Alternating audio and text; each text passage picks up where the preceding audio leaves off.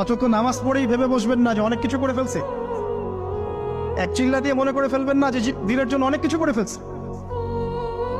একটা হজ করেছেন, ওমরা করেছেন, সিয়াম রেখেছেন, দিনের জন্য দান সৎকার করেছেন, একটা মাদ্রাসা মসজিদ করেছেন, ভেবে বসবেন না আপনি সব অনেক কিছু করে ফেলেছেন এবং অন্যরা সব কক্রোচ তেলা পোকা ওরা জাহান্নামে যাবে এমনটা মনে করবেন।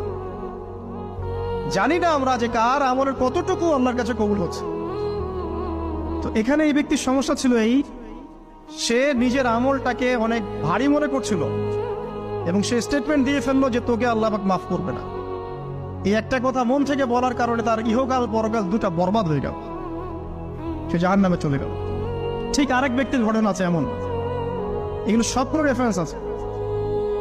এক ব্যক্তি প্রচুর ইবাদত করত, আল্লাহ পাক তার ইবাদত করার জন্য পাহাড়ের চূড়ায় একটা সুন্দর ব্যবস্থাও করে দিয়েছিলেন। সেখানে ডালিম গাছ হতো, ঝর্ণা আসতো, খাবারের কোনো অভাব নাই।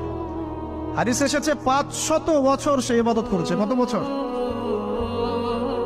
কিয়ামতের মাঠে এই ব্যক্তির অবস্থা এমন হবে, তাকে জান্নাতে প্রবেশ করানোর জন্য নিয়ে যেতে বলা হবে যাও আমার রহমতে জান্নাতে চলে যাও। আল্লাহ পাক তাকে এই কথাটা বলবেন, কিন্তু এই ব্যক্তি বলবে আমার আমলের কারণে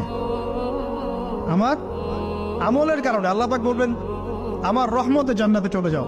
ব্যক্তি বলবে আমার আমলের কারণে।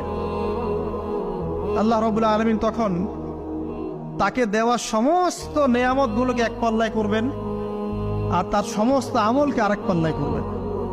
তারপর দেখা যাবে আল্লাহর সমস্ত নেয়ামত তার একটা চোখের সমান হয় নাই। কথা কি বুঝতে পারছেন? একটা চোখের যে নেয়ামত আল্লাহ পাকের, সমস্ত আমল ও 500 বছরের ইবাদত এতটুকু হয়নি। তারপর তাকে বলা হবে ওকে জাহান্নামে নিয়ে যাও। এবার জাহান্নামে যাওয়ার সময় সে বলবে আল্লাহ তোমার রহমতে আমাকে মাফ করে দাও।